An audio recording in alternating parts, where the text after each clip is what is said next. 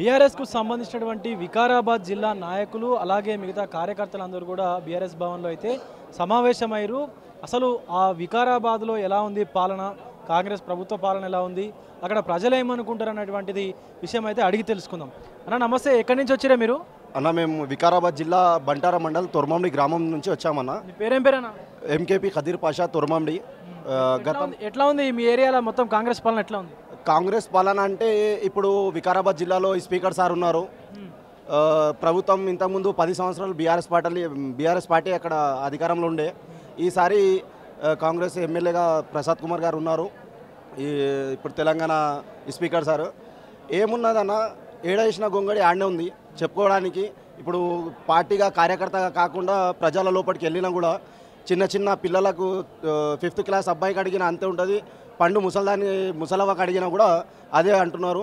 మార్పు రావాలి, మార్పు కావాలని చెప్పి ప్రజలు కోరుకున్నారు. మార్పు అనేది ఎట్లా మార్పు తీసుకొస్తారో కాంగ్రెస్ గవర్నమెంట్ అనేది ఇంకా వాళ్ళు చెప్తలేరు. 6 గ్యారెంటీలు ఇచ్చారు. మేము అనుకున్నాం 6 గ్యారెంటీలు అరే అమలు చేస్తారేమో, 10 సంవత్సరాలు వేచి ఉన్నారు కదా, చేశారేమో, అమల్లోకి వస్తుందేమో అని పబ్లిక్ అంతా మోసపోయారు. ఇప్పుడు చూసుకున్నట్లయితే నేను ఒక వ్యవసాయ కూలీగా ఉన్నాను. నా దగ్గర కూడా 2.5 ఎకరాల పొలం ఉంది. ఇప్పటిదాకా నాకు రుణమాఫీ అనేది నాది 1,60,000 ఉంది. 1,60,000 అయిందా మరి? రుణమాఫీ అయిందా? ఇప్పటిదాకా నాకు 1,60,000 రుణమాఫీ కాలేదు. కేసీఆర్ ప్రభుత్వంలో గతంలో ఉన్నప్పుడు మాత్రం కంపల్సరీ వచ్చింది, ఫస్ట్ లిస్టులో నేమ్ వచ్చింది. మళ్ళీ వెంటనే వెళ్ళి రుణం తీసుకోండి, 2 లక్షల లోపల మేము చేస్తామని చెప్పడం జరిగింది. అయినప్పటికీ మేము పోయి కంటిన్యూగా రెన్యువల్ చేసుకొని అదే 1,60,000 మళ్ళీ తీసుకోవడం జరిగింది. ఇప్పటిదాకా అయితే నా దగ్గర రుణమాఫీ కాలేదు. రైతు బంధు పడుతుంది అన్నారు. 2.5 ఎకరాలు ఉంది, రైతు బంధు కూడా రాలేదు ఇప్పటిదాకా మా దగ్గరికి. ఇప్పుడు ఎట్లా ఉంది మరి కాంగ్రెస్ పాలన, రేవంత్ రెడ్డి పాలన ఎట్లా ఉంది? ఇప్పుడు ఇంతకుముందు చెప్పనీకి ఏం లేదు.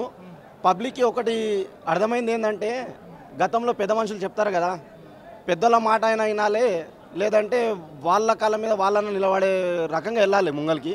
కానీ ఇక్కడ ప్రజలు ఏమనుకున్నారంటే, మాకు ఒక నాయకుడు వచ్చిండు, ఒక నాయకుడు ముందుకెళ్ళి మాట్లాడితే బాగుంటుంది, మా గురించి వచ్చాడు కదా అని చెప్పేసి మన మండలే అంటే మన డిస్టిక్ మనకి ఏదైనా తీసుకొచ్చి నిధులు, కంపెనీలు కానీ యూత్కి ఏమైనా భవిష్యత్తులో ఏదైనా చేయగలరు అని చెప్పేసి తీసుకురావడం జరిగింది. సంవత్సరాలు గడిచిపోతున్నాయి, కానీ ఇప్పటిదాకా అమల్లో వచ్చింది ఏం లేదన్న. పాలన అయితే అలానే ఉంది. ఇప్పుడే ఫ్రెష్ న్యూస్గా ఢిల్లీలో ఎలక్షన్లు నడుస్తున్నాయి. ఢిల్లీలో చూసుకున్నట్లయితే 0-0 ఉంది. మరి ఢిల్లీలో కూడా ఈయననే పోయి వాళ్ళకు అన్ని చేసిండు కదా, క్యాంపెయిన్ చేసిండు కదా. తప్పకుండా చేసిండు, కానీ అక్కడున్న ప్రజలు ఏమనుకుంటున్నారంటే, ఇప్పుడు మా తుర్మాండి పక్కలకి ఒక అర్ధ కిలోమీటర్ దూరం వెళ్తే కర్ణాటక బార్డర్ ఉంది. కర్ణాటకలో కూడా కాంగ్రెస్ ఉంది, ఇక్కడ తెలంగాణలో కాంగ్రెస్ ఉంది. ఈ రెండిట్లో చూసుకున్నట్లయితే అమలు అక్కడ కాలేదు, అమలు ఇక్కడ కూడా కాలేదు. కాబట్టి ప్రజలు హుషారైపోయారు. లీడర్లకు మాటలు చెప్పే మోసపోయేటోళ్ళు అయితే ఇప్పుడు పబ్లిక్లో లేరు. ఆల్మోస్ట్ పబ్లిక్ అయితే వన్ వేగా ఆలోచన చేస్తుంది. ఏ ప్రభుత్వం అయినా సరే, అక్కడ కర్ణాటకలో అయినా సరే, ఇక్కడ తెలంగాణలో అయినా సరే. తెలంగాణలో మాత్రం 100-100% ఇప్పటిదిప్పుడు బై ఎలక్షన్లు పెడితే రాష్ట్రం మొత్తంలో భారీ మెజార్టీగా కేసీఆర్కే రావాలని కోరుతున్నారు పబ్లిక్. అంటే చాచా ఎట్లుంది, మళ్ళీ కేసీఆర్కే ఓటేసి కేసీఆర్ని సీఎం చేద్దామని చూస్తారా ప్రజలందరూ? దాంట్లో ఎలాంటి అనుమానం లేదు కేసీఆర్కి ముఖ్యమంత్రిని చేయనీకి. ఇప్పుడు ఈ కాంగ్రెస్ ప్రభుత్వము అడ్డగోలిగా హామీలు ఇచ్చింది. పెద్ద మనుషులు ఈ ఊర్లలో ఏమనుకున్నారంటే, 4,000 పింఛను, 6,000 పింఛను, కళ్యాణ లక్ష్మి మీద 1 తులం బంగారము. ఈరోజు నేను ప్రమాణ స్వీకారం చేసిన వెంటనే తెల్లారి ఊరుకుండే బ్యాంకులకు ఈ 1 లక్ష ఉంటే 2 లక్షలు అంటారు. ఇక పోయి తీసుకోండి అని చెప్పారు. సరే, వాళ్ళకి అట్లా తెలిసింది, ప్రజలకు మోసం చేశారు. కానీ అధికారం ప్రజలు ఇచ్చినాక దానికి సద్వినియోగం చేయాలి, వాళ్ళు మంచిగా చేయాలి, మంచిగా పేరు. అధికారం సాక్షాత్యం కాదు ఎప్పటికైనా, కానీ 5 ఏళ్ళు అయినాక ప్రజలు ఎవరికైనా అనుకోవచ్చు. కానీ ఒక టైం ఇచ్చిన దానికి విలువ అనేది, నేను మా టైం చెప్పినా, నేను ఏం చేయాలి, నేను చెప్పిన దాంట్లో నేను కొంచెమైనా చేయాలి అన్నట్లు ఉండాలి వాళ్ళకు. అధికారం ప్రజలు ఇన్నప్పుడు మనం ఒక్కరిది కాదు కదా. ప్రజలకు అధికారం మాట ఇచ్చినాక ప్రజలు అడగలేరు. వీళ్ళకు మాకు రైతు బంధు 15,000 ఎకరంగా చెప్పలేరు. వాళ్ళే చెప్పారు. చదివిన పిల్లలకు, ఆడపిల్లలకు స్కూటీలు అన్నారు, యువకులకు 4,000 అన్నారు. ఇక ఇది బస్సులు ఏమో నడుస్తున్నాయంట. కానీ కొన్ని ఇటువంటి హామీలు ఇచ్చి వాళ్ళు అధికారాలు సరే వస్తే మంచిదే, కానీ పనులు చేయండి, మంచి పనులు చేయండి, మంచి నాయకత్వం అని పేరుగాంచండి. ఇప్పుడు మా వికారాబాద్ నియోజకవర్గానికి మా సీఎం రేవంత్ రెడ్డి, కానీ ఆయన మంచిగా చేస్తే మాకు సంతోషమే కదా. ఇప్పుడు నీళ్లు ఉన్నాయి, కరెంట్ ఉన్నాయి. కరెంట్ నేను నిజంగా చెప్తున్నాను, రైతుని మా తన 5 బోర్లు ఉన్నాయి, 3 బోర్లు మోటార్లు కాలిపోతే కంపెనీకి తీసుకుపోయి 70,000 అయినాయి. వారం రోజుల మాట బిల్లులతో సాగున్నాయి మా తన. నాకు పార్టీ పరంగా కాదు, నేను రైతుని లెక్కలు చెప్తున్నాను. ఇటువంటివి ఉన్నాయి. ఇప్పుడు ఏమన్నా అంటే ప్రజలు మా చేత మోసపోతాం అనుకున్నారు, మరి మీరే వేసిరు కదా ఓట్లు. 96 మా హామీలు ఇచ్చితే వేస్తే 96 హామీ అబ్బో ఇక మేము ఇంట్లో కూర్చొని తింటాం, పోనీకి బస్తా నడవనికి పైసలా, కూర్చుంటే పైసలా, ఏం చేస్తే పైసలా అన్నట్లు అనుకున్నాం. కానీ ఇప్పుడు తెలుస్తున్నది మాకు. ఇప్పుడు ఈ 10 నియోజకవర్గాలలో ఎమ్మెల్యేలు పార్టీలు మారారు కదా, వాళ్ళ దాంట్లో ఇప్పుడు ఆ 10 నియోజకవర్గాల కనుక బై ఎలక్షన్ వస్తే బీఆర్ఎస్ గెలుస్తుందా? పక్కా గెలుస్తుంది. వాళ్ళ గుణపాఠం కావాలి ఖచ్చితంగా. మళ్ళీ వాళ్ళే కాదు, ఎవ్వరంగానే పార్టీ మారవద్దు. ఇప్పుడు ఈరోజు ఓటమి గెలుసుడు పక్కకు పెడదాము, కానీ మనకు ఒకటి స్థానం ఒక పెద్ద మనిషి ఇచ్చినాక మనం ఆ గుర్తు మీద గెలిచి మీకు విలువ అనేది కనీసం తెలవాలి. ఇప్పుడు వేరే పార్టీ తెలంగాణ మహాన్లోకి వచ్చి వానికి రానికి సిగ్గు అనిపించదా? మీరు దీంట్లో కేసీఆర్ గుర్తు మీద గెలిచి వాళ్ళ దానికి ఎవరికి మీకు అప్పుడు రేవంత్ రెడ్డి ఏమన్నాడు, మా వేరే పార్టీ వాళ్ళు వచ్చి గెలిచి మా దాంట్లోకి వస్తే రాళ్లతో కొట్టుండి, మరి ఈరోజు వాళ్ళని పిలిపించుకున్న వాళ్ళు కొట్టకూడదా? ఇప్పుడు మీరు అన్న మాట చెప్తున్నాను నేను. ఇప్పుడు ఇంటి మీద వాళ్ళ కాకి మా ఇంటి మీద వాళ్ళకూడదు అన్నాడు. మరి ఈ ఇంటి మీద కేసీఆర్ దగ్గర ఉన్న కాకులే వచ్చి నీ దగ్గర ఉన్నాయి. ఇప్పుడు అవి నీ బయటికి ధర్ము, నువ్వు బయటికి ధర్మితే తెలుస్తాయి కదా. మీ ఫోటోలలో అదేం చేస్తాడు, విలేకరుల మీడియాతో నేను అవతల పార్టీ వాళ్ళని రానియను తరిమి కొడతా అంటాడు. కేసీఆర్ 10 మంది ఎమ్మెల్యేలు పోయినారు. ఈ ఎమ్మెల్యేలు కరెక్ట్ బుద్ధి చెప్పాలంటే ఉప ఎన్నికలు పెడితే మళ్ళీ పక్క టీఆర్ఎస్ పార్టీ వస్తుంది, టీఆర్ఎస్ ఎమ్మెల్యేలు గెలుస్తారు. స్థానిక సంస్థల ఎలక్షన్స్ కూడా రాబోతున్నాయి. ఈ స్థానిక సంస్థల ఎలక్షన్స్లో బీఆర్ఎస్ ఏమన్నా సర్పంచ్ అంటే సర్పంచ్లకు వాళ్ళు సపరేట్గా గుర్తులు ఉంటాయి, కానీ బీఆర్ఎస్ బలపరిచిన వాళ్ళు గెలుస్తారంట? పక్కా గెలుస్తారు సార్, పక్కా గెలుస్తారు. ఎందుకంటే కాంగ్రెస్ మీద ప్రభుత్వం మీద అంత వ్యతిరేకత వచ్చేసింది. పక్కా గెలుస్తారు. టీఆర్ఎస్ పార్టీ నుంచి ఎవరిని నిలబెట్టినా సరే. కాంగ్రెస్ ఏం చేసింది, 420 హామీలు ఇచ్చి అందులో 6 గ్యారంటీలు అని ఒకటి ముందే ఎలక్షన్ కంటే ముందే రాసి ఇచ్చారు సార్. 6 గ్యారంటీలు మేము పక్కా చేస్తామని. 6 గ్యారంటీలు ఏమీ చేయలే.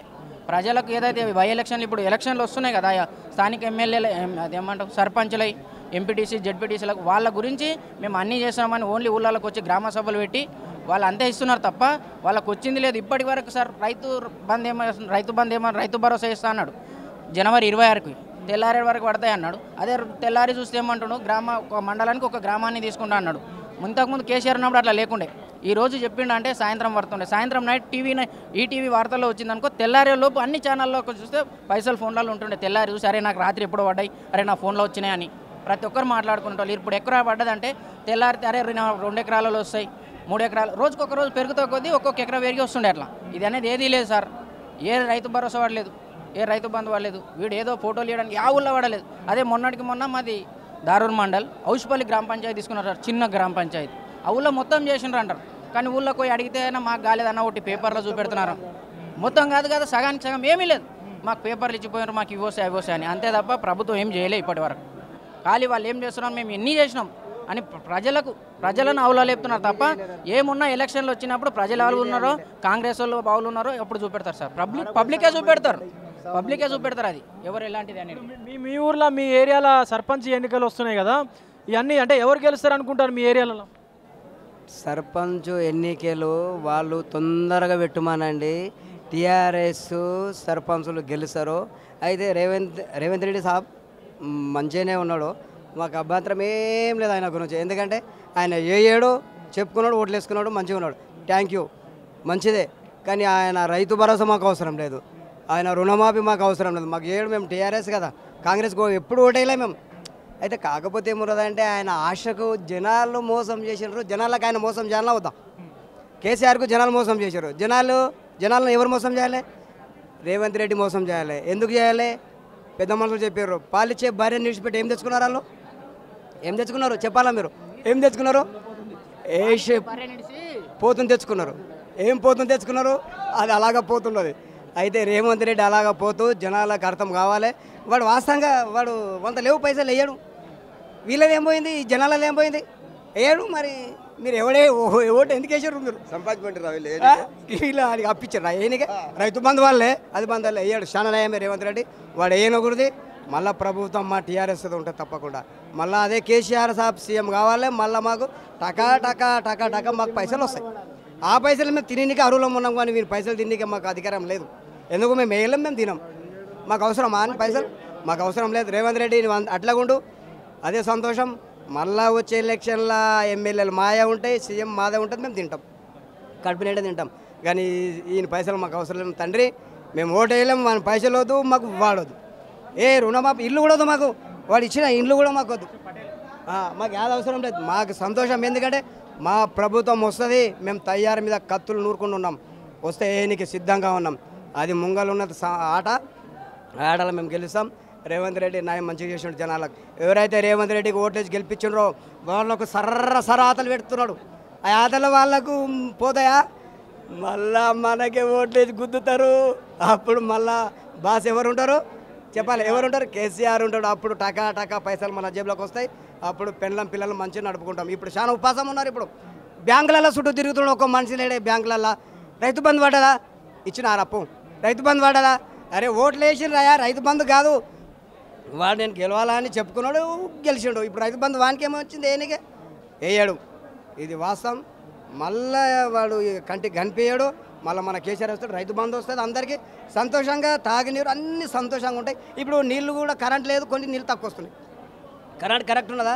నీళ్ళు తక్కువ వస్తున్నాయి. నీళ్ళు తక్కువ వచ్చినప్పుడు 2 రోజులకు ఒక్కోసారి రోజు పే కడుకుంటుంటాం. కేసీఆర్ నీళ్ళు చల్లగా ఉపాధి హామీ పోవాలి, పే కడుకోవాలి.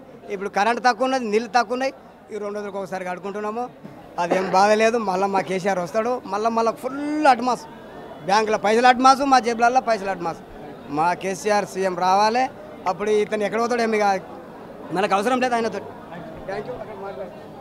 కాకా ఇప్పుడు మీ ఏరియాలో ఈ డబుల్ బెడ్రూమ్ ఇల్లు అంటారు, వచ్చినాయి మీకేమన్నా? మాకేం రాలేదు. ఇందిరమ్మ ఇల్లు అంటారు కదా? ఇందిరా మిల్లు రాలేదు, ఏం రాలేదు. ఇప్పుడైతే ఇప్పుడు ఎట్లుంది మరి పాలన ఏమన్నా ఇస్తుందన్నా చుట్టమాటలేదు, ఏం చెప్పినా చుట్టమాటలేదు. పింఛన్లు 600 ఇస్తాం, 6000 ఇస్తామన్నాడు, 4000 ఇస్తామన్నాడు, ఏమీ లేదు. రైతు బంధు లేదు, ఏమి లేదు. ఇంకేం చెప్పాలి? ఆయన ఏం చేసినా 0 చేస్తాడు, ఏం చేయడు అతను. ఇంకా ఏం లేదు.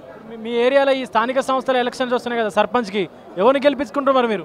మా సంస్థ టీఆర్ఎస్ సర్పంచ్ గెలిపిస్తాం, టీఆర్ఎస్ జెడ్పీటీసీ గెలిపించుకుంటాం, టీఆర్ఎస్ ఎంపీటీసీని గెలుచుకుంటాం. మా ఊర్లలో అయితే మా ఏరియా మొత్తం టీఆర్ఎస్. ఎవరైతే మోసపోయి ఓట్లు వేసినారు, మోసం చేసాడు. ఇంకేం అంతకన్నా ఎక్కువ. ప్రపంచంలో ఏ మూల ఏ క్షణం ఏం జరుగుతుందో వేగంగా తెలుసుకోవడానికి తొలి వెలుగు వాట్సాప్ ఛానల్ని ఫాలో చేయండి.